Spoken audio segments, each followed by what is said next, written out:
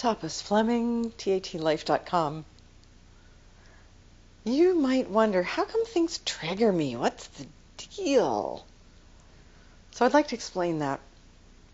Mostly from our childhood, we have what's called ACEs, adverse childhood experiences.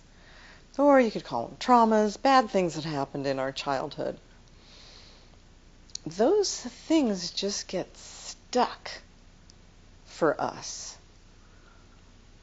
The memory, our feelings about it, our thoughts about it are stuck, sadly, and driving us like from unseen realms. They just keep driving us. So say, typical thing that happens for a lot of people, men and women, is sexual abuse. So if that happened for you, then probably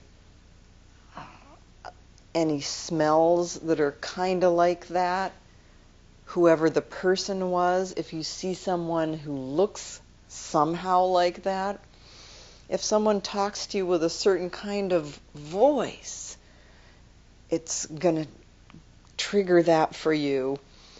If you're in a room maybe that's lit a certain way, it might be a certain time of the day or even a certain season when it happened. For one of the people that I worked with, she was sexually abused in a bar. And afterwards, every time she was given a bag of potato chips, she developed an allergy to salt. So all of the elements of that horrible thing that happened, whether it was one time or several times, because it's never resolved for you, anything like it just makes you feel distressed.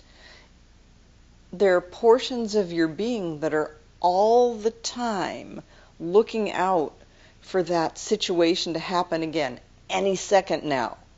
So you're in a stress condition to some degree all the time about what happened for you.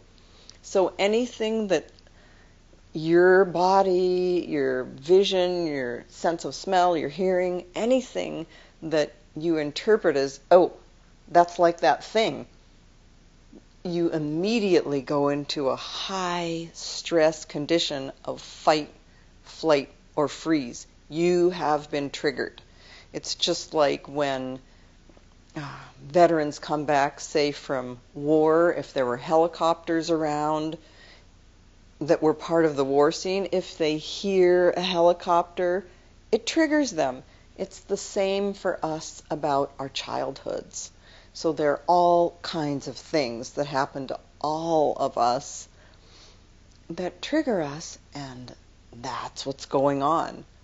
The beauty about TAT is that you can talk to those parts of yourself that get triggered without even identifying what are those parts, what exactly triggered them. You can just notice that, oh, I'm in this triggered state, my heart's beating hard, I cannot relax, I'm feeling really critical toward this kind of person or this person in my life. You just know you've lost it to some degree. You've been triggered. So you can just take what you're noticing, do TAT about it, and part of the process includes informing all those parts of yourself that lived through all that and letting them know that happened in another time and place. It's safe and okay for you to relax now. Your whole self takes that all in. All the parts of you manifesting as physical, mental, spiritual, emotional, and energetic take in that new information and immediately change. When I worked with that woman who'd been sexually abused in the bar, right afterwards, she said to me, I've been in therapy for 9 years And this is the first time I can think of that entire period of my life, and I feel absolutely no emotional charge about any of it. So that no emotional charge is the equivalent of saying no triggers. I'm just at ease now. That's what I want for you. So thank you for listening, and see you next time.